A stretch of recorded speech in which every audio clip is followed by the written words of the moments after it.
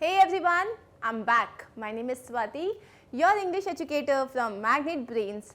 हम कर रहे हैं क्वेश्चन टैग्स और क्वेश्चन टैग्स में हमने समझ लिए कुछ चीज़ें. क्या क्या समझा है हमने कि अगर हमारे पास कोई भी पॉजिटिव सेंटेंस है उसका क्वेश्चन टैग बनाने के लिए हम एक नेगेटिव टैग यूज़ करेंगे.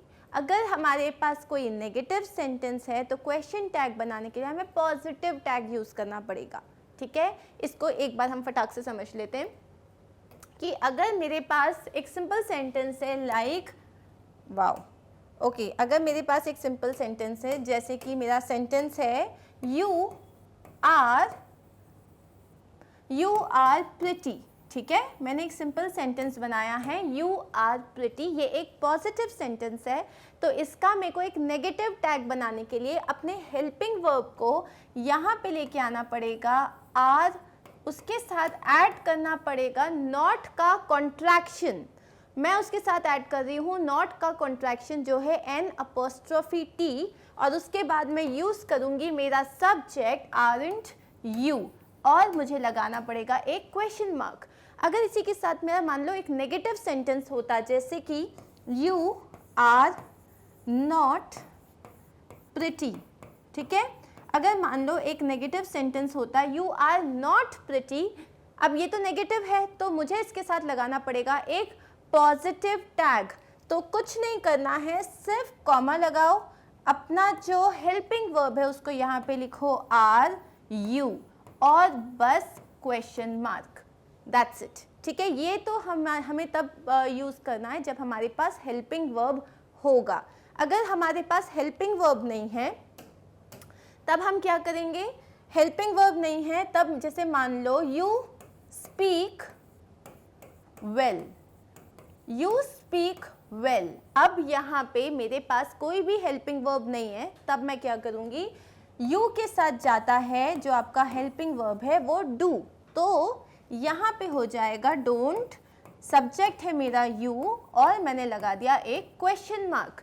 और अगर मान लो इसमें नेगेटिव होता जैसे कि you don't speak well, you don't speak well, तब मुझे सिर्फ इतना करना होता.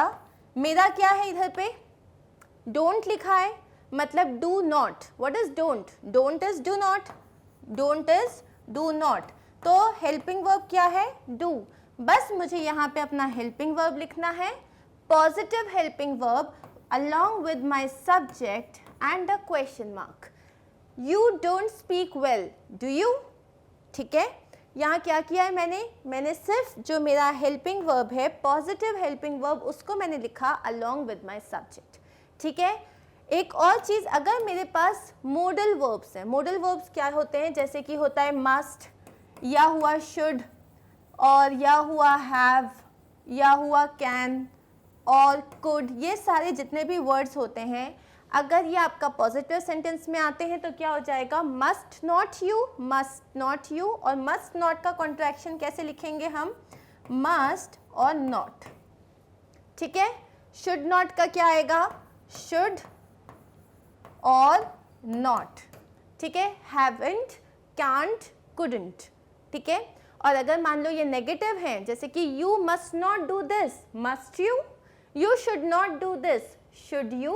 That's it. ठीक है, ये हमने समझा था लास्ट वीडियो में और अगर आपने वो लास्ट वीडियो नहीं देखा है तो प्लीज़ पहले वो लास्ट वीडियो देखो क्योंकि उसमें आपको अच्छे से समझ में आएगा. अभी तो मैंने आपको सिर्फ एक ब्रीफ में एक्सप्लेन किया है. ठीक है, अब हम देखने वाले हैं कुछ एक्सरसाइजेस जिससे हमारे जितने भी डाउट्स हैं वो क्लियर हो जाएंगे.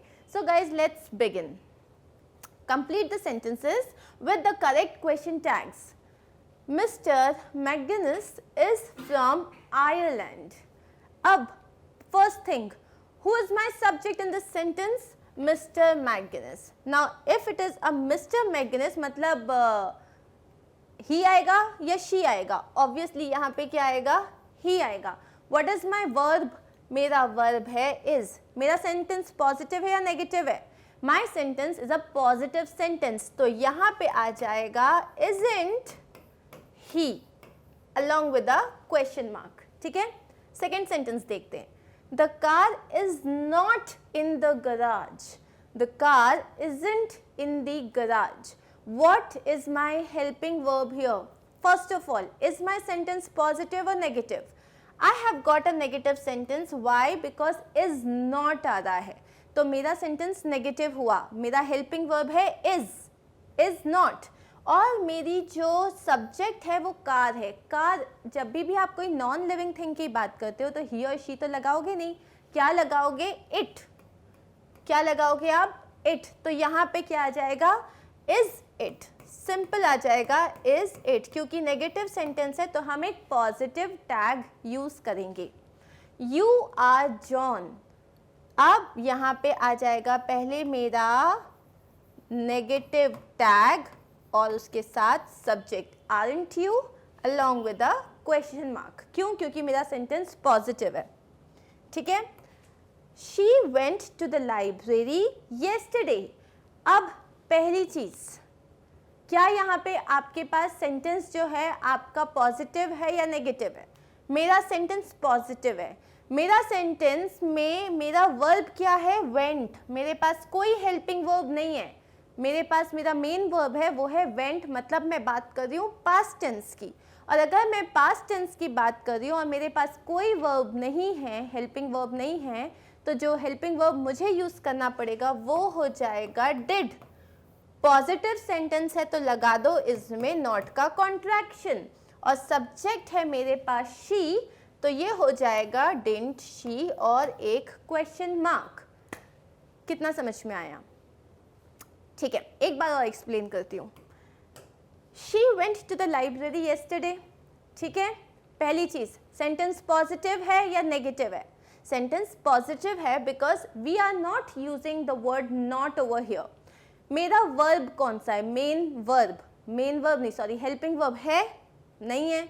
मेन वर्ब क्या है? वेंट. वेंट मतलब चली गई, गई. तो वेंट अगर है तो इसका मतलब मैं पास्ट टाइम की बात कर रही हूँ. और क्योंकि मेरे पास कोई हेल्पिंग वर्ब नहीं है, जब हेल्पिंग वर्ब नहीं होता तो हम या तो यूज़ करते हैं डू या हम यूज़ करते हैं डज या डिड. और सिर्फ डिड होता है जो कि पास्ट टेंस के लिए होता है. तो यहाँ हम क्या यूज़ करेंगे? She went to the library yesterday और आ जाएगा तुम्हारा पास्ट का डिड. क्योंकि पॉजिटिव सेंटेंस है इसमें यूज़ करेंगे नॉट का कॉन्ट्रैक्शन और आ जाएगा मेरा subject didn't she with a question mark. ठीक है. अब आगे और कुछ क्वेश्चंस देखते हैं. डोंट वरी, अगर अभी भी थोड़े बहुत डाउट्स हैं तो आगे क्लियर हो जाएंगे. नेक्स्ट क्वेश्चन है ही डिड नॉट रिकॉग्नाइज मी. पहली चीज़ ये बताओ पॉजिटिव है या नेगेटिव है? नेगेटिव है बिकॉज यहाँ पे आ रहा है नॉट का कॉन्ट्रैक्शन. ठीक है. अब सब्जेक्ट क्या है मेरा? ही. तो अगर नेगेटिव है इसे पॉजिटिव कर दो तो ये क्या हो जाएगा? डिड. ठीक है. नॉट हटा दिया और ही, डिड ही और बस क्वेश्चन मार्क. Very simple. ठीक है. Next question. अब यहाँ पे हमारे पास आंसर्स हैं. Mister Magnus is from Ireland. Isn't he. Is का उल्टा हो गया इजंट. मैगनस के लिए आ गया ही. The car isn't in the garage. Isn't का उल्टा हो गया इज. कार की जगह आ गया it. You are John. Are का उल्टा हो गया आर नॉट. यू आ गया यहाँ पे with a question mark. She went to the library yesterday. अब यहाँ पे वेंट पास्ट टेंस है इसलिए हमने लिखा didn't she. Last, he did not recognise me. Did he. यहाँ से डिड का पॉजिटिव लिखा हमने क्योंकि वो ऑलरेडी नेगेटिव है और सब्जेक्ट आ गया हमारा ही. ठीक है. अब हम और क्वेश्चंस देखने वाले हैं. Cars pollute the environment. Cars pollute the environment. अब इतना समझो यहाँ पे कि मेरे पास यहाँ पे कोई भी हेल्पिंग वर्ब नहीं है. ठीक है. मेरे पास कोई हेल्पिंग वर्ब नहीं है. मेरा सेंटेंस नेगेटिव भी नहीं है और मेरे पास यहाँ पे पास्ट भी नहीं, प्रेजेंट का सेंटेंस है. एक सिंपल डिक्लेरेटिव सेंटेंस है. ठीक है.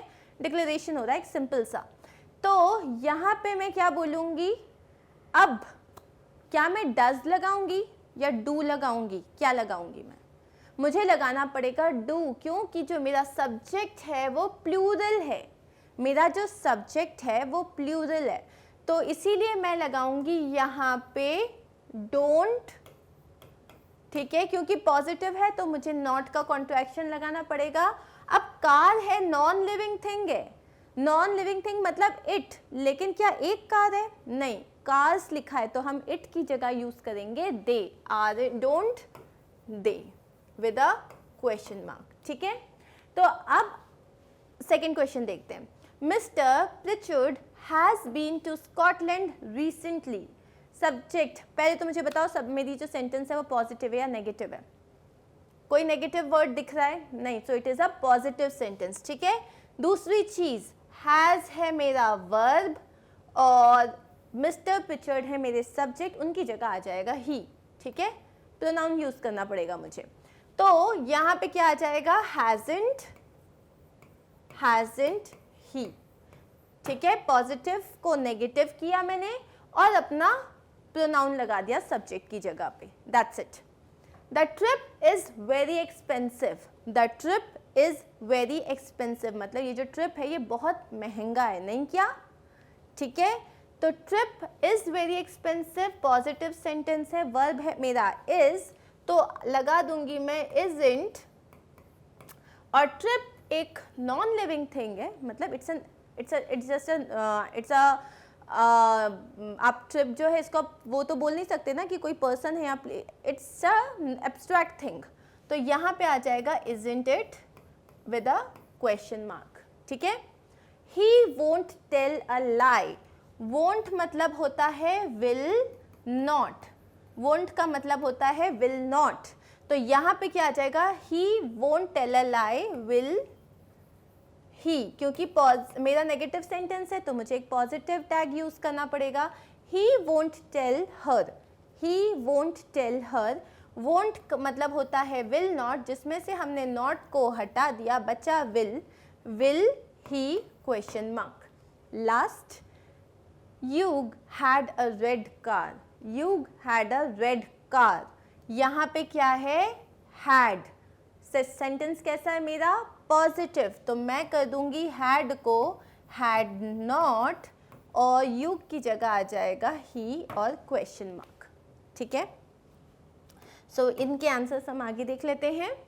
Cars pollute the environment, don't they, please समझो कि यहाँ पे कार्स प्लूरल है इसीलिए मैंने यूज किया है they. Mr Pritchard has been to Scotland recently, तो हैज की जगह आ गया हैजंट और मिस्टर प्रिचर्ड की जगह आ गया ही।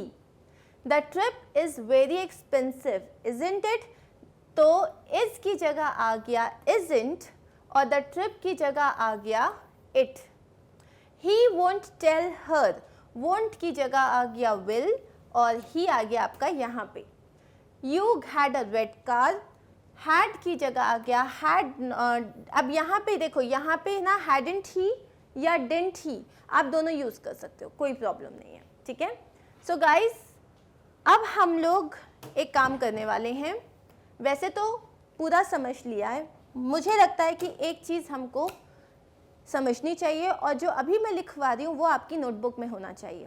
ठीक है, पहली चीज़, अगर मुझे क्वेश्चन टैग्स बनाने हैं तो मुझे पहली चीज़ देखनी है कि मेरा जो सेंटेंस है, ठीक है, मेरा जो सेंटेंस है वो पॉजिटिव है या नेगेटिव है।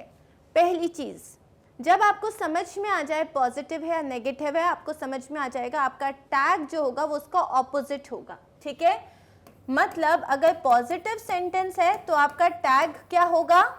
नेगेटिव, और अगर नेगेटिव सेंटेंस है तो आपका टैग क्या होगा? पॉजिटिव। ठीक है, सेकेंड चीज आप देखोगे, थर्ड, आप उसके बाद आप क्या देखोगे? आपका वर्ब। ठीक है, आपका वर्ब, अगर आपके पास हेल्पिंग वर्ब है तो आप हेल्पिंग वर्ब को देखोगे। ठीक है, अगर मान लो हेल्पिंग वर्ब, ठीक है, अगर हेल्पिंग वर्ब है तब का बता रही हूँ, सिर्फ सेंटेंस अगर पॉजिटिव है तो हेल्पिंग वर्ब को नेगेटिव कर दो, अगर सेंटेंस नेगेटिव है तो हेल्पिंग वर्ब को पॉजिटिव कर दो। ठीक है, अगर हेल्पिंग वर्ब नहीं है, इफ नो हेल्पिंग वर्ब, ठीक है, अगर आपके पास हेल्पिंग वर्ब नहीं है तब हम यूज करेंगे डू, या तो डज या तो डिड, जिसमें से डू और डज ये आपका होता है प्रेजेंट के लिए या तो फ्यूचर के लिए, ठीक है, और आपका जो डिड होता है वो हम यूज करते हैं पास्ट के लिए, ठीक है, ओके। डू यूज होता है आपका आई, यू और प्लूरल के साथ, डज यूज करते हैं हम सिंगुलर के साथ, मतलब जहां हम एक ही चीज की बात कर रहे हैं, ठीक है। ये चीज मुझे चाहिए कि ये आपके दिमाग में बैठ जाए, बहुत अच्छे से बैठ जाए। और लास्ट में आप देखोगे आपका फोर्थ पॉइंट होता है आपका सब्जेक्ट। आप देखोगे आपका सब्जेक्ट कैसे यूज करना है। अगर आपका सब्जेक्ट जो है ही लिखा है, यू लिखा है, आई लिखा है तो कोई चेंज नहीं होगा, क्योंकि सब्जेक्ट में आप कभी नाम नहीं लिखते, आप हमेशा प्रोनाउन यूज करते हो। नाउन की प्लेस में जो यूज होता है, जैसे स्वाति की जगह आएगा शी, अखिलेश की जगह आएगा ही, और अगर मान लो राम एंड श्याम है तो उसकी जगह आएगा दे, ठीक है। तो उस तरीके से अगर कोई नॉन लिविंग थिंग है तो उसकी जगह आएगा इट, अगर बहुत सारे पेन्स हैं या बहुत सारी नॉन लिविंग थिंग्स हैं तो उनकी जगह आएगा दे। तो आपको सब्जेक्ट की जगह प्रोनाउन यूज करना है, कंसिडरिंग द फैक्ट कि वो सिंगुलर है या वो प्लूरल है, अकॉर्डिंगली आपको चेक करना है, ठीक है। तो एक बार हम इसको बहुत अच्छे से समझ रहे हैं, प्लीज सारा अटेंशन यहाँ पे। क्वेश्चन टैग्स बनाने के लिए पहले देखो सेंटेंस पॉजिटिव है या नेगेटिव है, फिर क्या देखोगे, अगर इसका मतलब पॉजिटिव सेंटेंस है तो नेगेटिव टैग होगा, अगर नेगेटिव सेंटेंस है तो पॉजिटिव टैग होगा। फिर आप देखोगे आपका वर्ब, अगर तुम्हारे पास हेल्पिंग वर्ब है तो बहुत अच्छी बात है, सिर्फ पॉजिटिव हेल्पिंग वर्ब है तो नेगेटिव कर दो, नेगेटिव हेल्पिंग वर्ब है तो पॉजिटिव कर दो। अगर हेल्पिंग वर्ब नहीं है तो हम यूज करेंगे डू, डज और डिड, जिसमें डू और डज होते हैं हमारे प्रेजेंट या फ्यूचर के लिए, सिर्फ डिड होता है जो कि आपका पास्ट के लिए यूज होता है। डू होता है आई, यू और सारे प्लूरल के लिए, डज यूज होता है ही, शी, इट और सारे सिंगुलर के लिए, ठीक है। और लास्ट में आपका सब्जेक्ट। सब्जेक्ट आपको क्या देखना है कि सब्जेक्ट जो है वो आपका क्या है, आप किसके बारे में बात कर रहे हो, उसका प्रोनाउन यूज होगा, नाम कभी यूज नहीं होगा, सब्जेक्ट की जगह पे आ जाएगा आपका pronoun. Like Swati is teaching, isn't she आएगा। सब्जेक्ट में देखो कि सब्जेक्ट सिंगुलर है या प्लूरल है, and accordingly you have to do this. I hope this thing is clear. ये चार चीजें दिमाग में होंगी, टैग्स में कभी कोई इश्यू नहीं होंगे। एंड एज प्रॉमिस्ड अब हम जा रहे हैं हमारी वोकैबुलरी वर्ड्स की तरफ, ठीक है। आज का जो हमारा वोकैबुलरी वर्ड है, it's a very beautiful word because the word is very beautiful. तो अब जब आपको किसी को कॉम्प्लीमेंट करना हो on Facebook, on WhatsApp, on Snapchat, तो don't say wow you look so beautiful, oh you look extremely beautiful. I am going to give you some amazing words which can flatter anyone. What did I just say?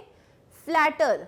Flatter का मतलब किसी का भी मन पिघला सकता है, मतलब एकदम किसी को भी घायल कर सकता है, ठीक है। पहला वर्ड जो हम समझने वाले हैं वो है अडोरेबल। अडोरेबल हमने बहुत बार सुना है, क्यूट और प्रिटी तो हमें पता है, ठीक है। अब क्यूट और प्रिटी तो मतलब गानों में भी बहुत सुना है। अडोरेबल मतलब कोई इतना अट्रैक्टिव है कि it's very easy to love the person, ठीक है।